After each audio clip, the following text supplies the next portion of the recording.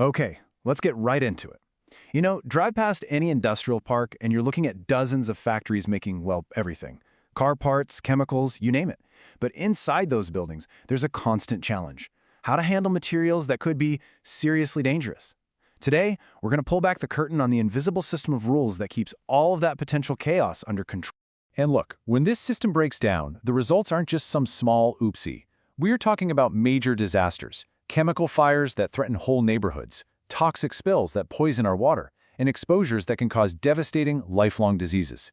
The stakes really couldn't be any higher. So, you gotta ask, right? What's the one thing that stands between a normal day at the factory and a full-blown disaster? How do we keep these incredibly powerful substances in check? Well, the answer is a really detailed, carefully designed set of rules. And in big industrial hubs like Gurugram, these dangers are not just hypothetical. For the folks working day in and day out in these places, it's a real and present risk. A safety failure isn't just a number on a spreadsheet. It's something that affects real people, their families, and the environment they live in. So to stop these failures from happening, we've got this massive rule book. Think of it as the ultimate operating manual for industrial safety. And it's not just one single law either. It's this whole web of regulations and best practices that cover a hazardous material from the second it arrives to the moment it's gone for good. So this rule book, it really stands on four main pillars. First, you've got the OSHA Code from 2020. That's the modern playbook setting the national standards. Then there's the old school heavyweight, the Factories Act of 1948, which is still super important for protecting workers.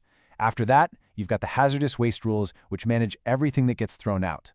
And tying it all together, GHS best practices. This is huge. It creates a universal language for safety, so a warning label means the same thing here as it does anywhere else in the world.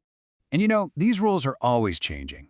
There's a really big one coming up in 2026, expanding something called Extended Producer Responsibility, or EPR. The idea is actually pretty simple, but it's a total game changer. If you make something, you're responsible for it forever. So, for instance, starting in 2026, companies making stuff with aluminum and copper have to make sure that scrap gets recycled properly. It's all about closing that loop, making sure the full life of a product is accounted for. Okay, so we've got this rule book. What does it actually look like on the factory floor? Well, it all begins at the very first point of contact, the moment a worker actually handles a hazardous material. This is where the risk is highest and where the rules really matter the most. The principles here are all about creating layers of safety. It starts with a really simple idea: minimize. Only use what you need, right? Because what you don't open can't hurt you. Next, you have to think about the air you're breathing, so you ventilate the area to pull fumes away. Then you protect yourself, building a physical barrier with the right gear, gloves, goggles, the whole shebang. The ultimate goal, of course, is to prevent any contact at all. But finally, you gotta be prepared for when things go wrong, and that means you contain any spills immediately. Having kits ready can turn a potential disaster into a minor cleanup.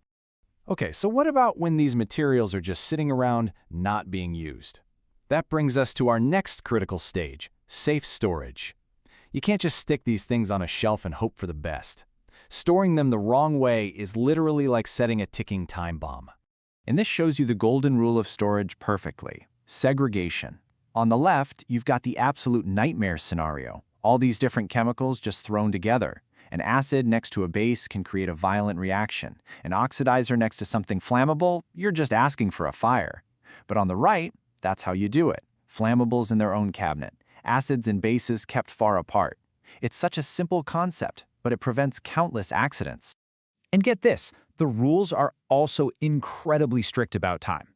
For some types of hazardous waste, there is a hard and fast limit. You get 90 days. That's it. After 90 days, that waste has to go to a proper disposal facility. It is not a suggestion, it's a hard deadline to stop places from slowly turning into their own private dump sites. Which brings us to the final piece of the puzzle. You've handled it right, you stored it right, but now you gotta get rid of it. Safe disposal is all about making sure that the final journey of this waste ends without hurting anyone or anything. So how do they keep track of it all? With something called the manifest system. Honestly, the easiest way to think about it is like a tracking number for a package, but for hazardous waste. The factory or generator creates a special tracking document. A licensed transporter with a GPS-tracked truck picks it up, and you can follow its journey all the way to an authorized facility, a TSDF. That means the waste never just disappears, it's accounted for from start to finish. Okay, so this all sounds great in theory, but does it actually work in the real world? Well, let's take a look at a real case study from Gurugram that shows exactly what happens when these rules are put into action. So here's the story. There was this chemical unit that had a nasty spill. Why? Because they were storing acids and bases right next to each other. They broke that golden rule we just talked about. That was the before. The after, though, is a total 180.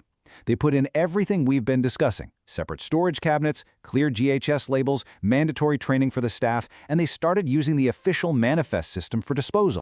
And here's the bottom line. The official report on the incident said that after they made those changes, no more incidents occurred. They started passing their safety audits with flying colors.